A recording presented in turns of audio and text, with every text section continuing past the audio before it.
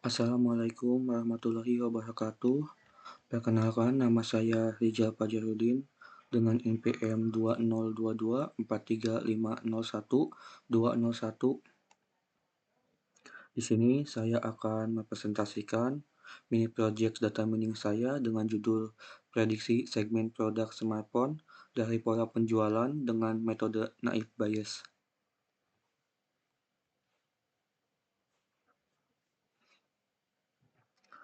Pertama, yaitu latar belakang kenapa saya memilih judul ini.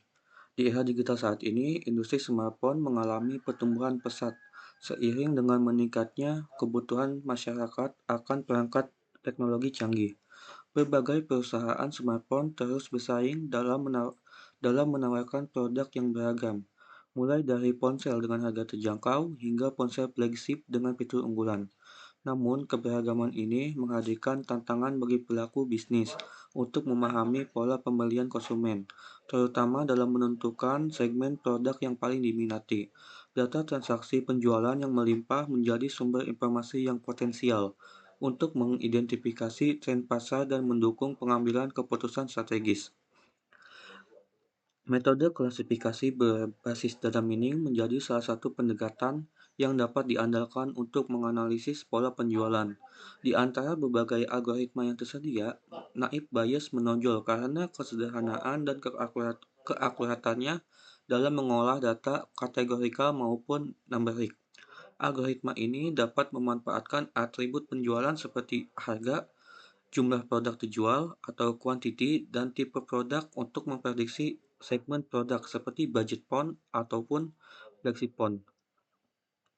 Terus, kedua yaitu rumusan masalah dan tujuan. Rumusan masalah yang pertama yaitu bagaimana cara memanfaatkan data transaksi penjualan smartphone untuk mengidentifikasi pola penjualan produk. Kedua, apakah atribut seperti harga, jumlah produk terjual, dan tipe produk dapat digunakan untuk mengklasifikasikan segmen produk smartphone? Ketiga, seberapa efektif algoritma Naive Bayes dalam mengolah data transaksi untuk memprediksi segmen produk smartphone? Berikut tujuan dari mini project ini. Yang pertama yaitu menganalisis data transaksi penjualan smartphone untuk mengidentifikasi pola pembeli konsumen. Kedua, mengembangkan model klasifikasi berbasis Naive Bayes untuk memprediksi segmen produk smartphone berdasarkan atribut seperti harga, kuantitas, dan tipe produk. Ketiga, mengevaluasi kinerja algoritma Naive Bayes dalam proses klasifikasi segmen produk untuk mendukung strategi pemasaran dan pengelolaan inventaris yang lebih baik. Selanjutnya, ketiga yaitu dataset dan deskripsi data. Sumber dataset ini berasal dari data internal tentang transaksi penjualan di outlet rental smartphone. Kedua, jumlah datanya yaitu 6.421 transaksi. Ketiga, fiturnya yang pertama ada date, kedua EPA atau fiscal year, ketiga quarter, keempat P number, kelima payment type, keenam type of product, ketujuh quantity, kedelapan price, ke-9 yaitu amount, ke-10 yaitu type of accessories atau mobile. Selanjutnya adalah eksplorasi data pemrosesan data. Sebelum digunakan untuk membangun model klasifikasi Naive Bayes, data mengalami eksplorasi dan pemrosesan untuk memastikan kelayakannya. Langkah-langkahnya yang pertama yaitu eksplorasi data. Data berisi 10 kolom dengan fitur utama yaitu type of product, kategori produk, type of accessories atau mobile, yaitu subkategori spesifik, quantity, price, dan amount. Distribusi menunjukkan kategori mobile dengan subkategori budget phone memiliki transaksi terbanyak. Kedua yaitu pembersihan dan transformasi data. Pertama-tama yaitu handling missing values atau kolom seperti P number dengan data kosong dihapus atau imputasi dilakukan jika signifikan. Kedua, penghapusan kolom tidak relevan. Kolom Kolom date dan PIN nomor dihapus untuk mengurangi noise. Ketiga yaitu encoding data kategorikal. Kolom seperti type of product dan payment type di-encoding agar dapat digunakan oleh algoritma.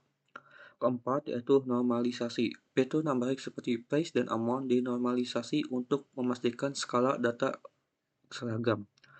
Kelima yaitu pemisahan data. Data dibagi menjadi fitur X dan Y dengan target berupa kolom tipe of accessories. Selanjutnya, data dibagi menjadi data latih 80% dan data uji 20%. Keenam yaitu penanganan ketidakseimbangan data. Jika ditemukan distribusi kategori yang tidak seimbang pada target, metode seperti oversampling atau smooth digunakan untuk menyeimbangkan data. Kelima yaitu metode data mining. Metodenya yaitu metode naive Bayes. Alasan kenapa saya memilih metode naive Bayes? Karena memiliki keunggulan dalam menyelesaikan masalah klasifikasi berbasis kategori dengan efisien dan sederhana. Algoritma ini sangat cocok untuk dataset dalam jumlah kategori yang cukup banyak, seperti segmen produk smartphone, karena mampu memproses data dengan cepat dan menghasilkan prediksi yang akurat. Selain itu, meskipun naive Bayes mengasumsikan independensi antar fitur, algoritma ini tetap memberikan kinerja yang baik, bahkan ketika fitur tidak sepenuhnya independen, menjadikannya pilihan yang tepat untuk memanfaatkan pola penjualan dalam memprediksi segmen produk. Keenam, sebelum kita keenam, saya akan menjelaskan tentang apa collab hasil collabnya. Pertama saya mengimport library-nya di sini. Terus kedua saya memasukkan luar datasetnya. Ketiga mengecek data awal seperti data teratas, info data dan jumlah nolnya. Di sini hasilnya ada date, every quarter, no payment, type of product, quantity, price, amount, type of accessories atau mobile. Terus keempat, hapus barring dengan nilai kosong. Kelima yaitu tampilkan distribusi target distribusi. Terus ini adalah tampilan type of accessoriesnya. Yang pertama ada budget phone, kedua mid-range phone, ketiga yaitu flexi phone dan lain-lain. Keenam yaitu saya melakukan label encoding atau mengubah kolom kategorikal ke numerik. Ketujuh, saya siapkan fitur dan targetnya. Saya dengan isi X yaitu price, quantity, dan produk tipe INC, dan Y-nya itu adalah segmen INC-nya. Terus saya split data latih dan uji cobanya. Selanjutnya, inisialisasi dan latih model naive Bayes-nya. Ke-10 yaitu prediksi. Ke-11 saya mengevaluasi hasil data latih dan ujinya. Dan mendapat akurasinya tuh yaitu 0,732 dan seterusnya. Ini adalah confession metricnya dan ini classification reportnya. Ke-12 saya melakukan visualisasi confession metric dan beginilah tampilan confession metricnya yang sudah divisualisasikan. Selanjutnya saya membuat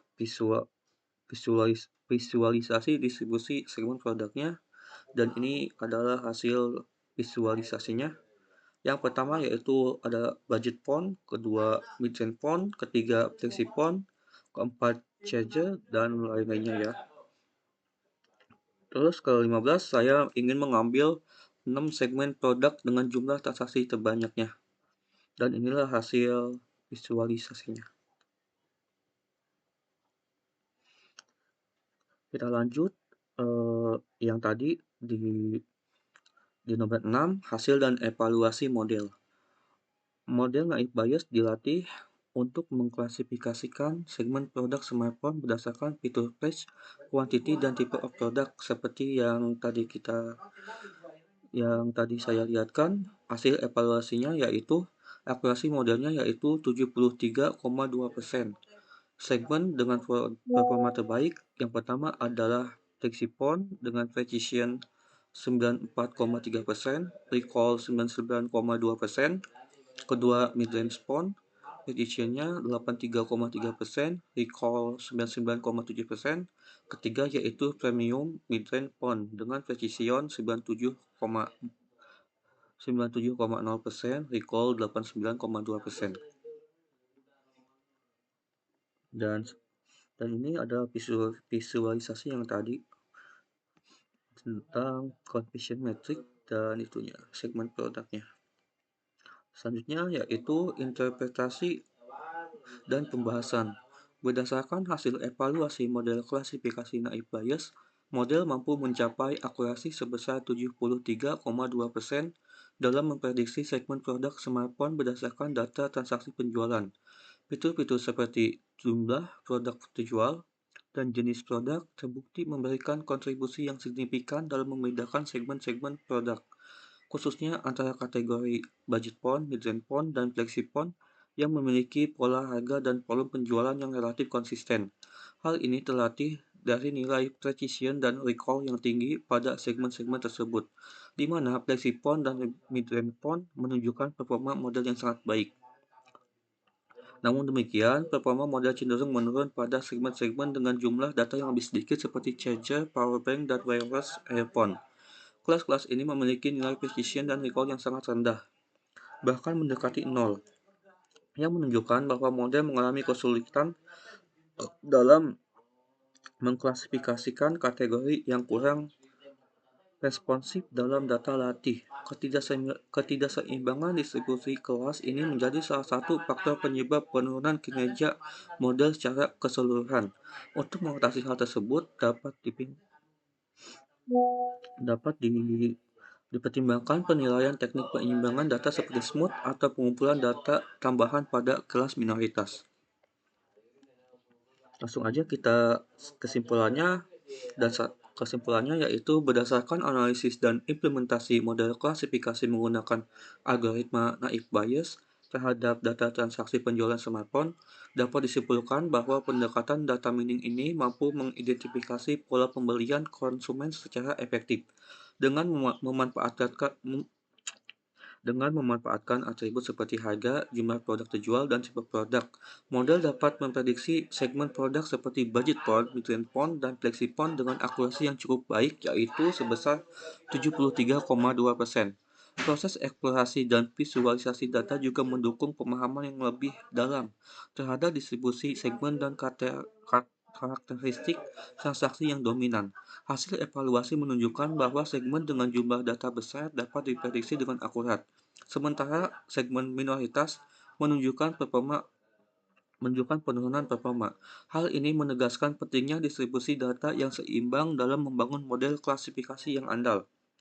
Sarannya, untuk meningkatkan akurasi dan generalisasi model di masa mendatang, beberapa saran yang dapat diberikan antara lain: pertama, menambahkan fitur pendukung lain seperti metode pembayaran, nilai transaksi total atau amount, dan waktu transaksi date untuk memperkaya informasi input. Kedua, menetapkan teknik penyeimbangan data seperti smooth guna mengatasi ketimpangan jumlah data pada beberapa segmen produk. Ketiga, mempertimbangkan penggunaan algoritma pembandingan seperti decision tree atau random forest untuk mengevaluasi performa relatif terhadap naive Bayes. Terakhir, penting bagi pihak pengelola data atau perusahaan untuk secara rutin mengupdate dataset agar model tetap relevan dan tren pasar terkini dan mampu memberikan rekomendasi strategis yang akurat. Sini saya mencantumkan referensinya dan lampiran codingan kolemnya. Mungkin segitu dari saya. Kurang lebihnya mohon maaf. Wassalamualaikum warahmatullahi wabarakatuh.